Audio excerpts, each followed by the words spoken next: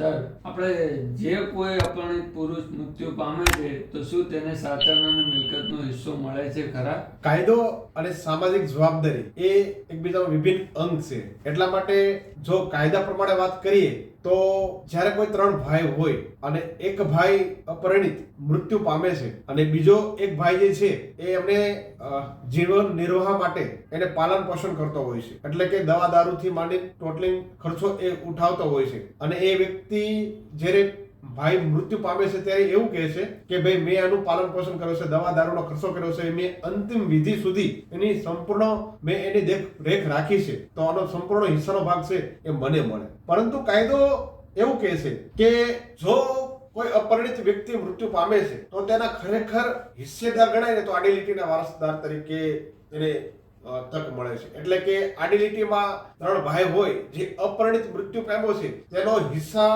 માટે 2 ભાઈ છે તે અને એક માતા, અને જો બેન હોય તો બેન, એટલે કે એના એક હિસ્સાનો એક ભાગ, એટલે કે 1/4 ભાગ તરીકે હિસ્સો એને મળે છે. એટલા માટે કાયદામાં એવો કોઈ ઉલ્લેખ નથી કે ભાઈ જે શાસનાર વ્યક્તિ જે છે એને જ હિસ્સો મળે.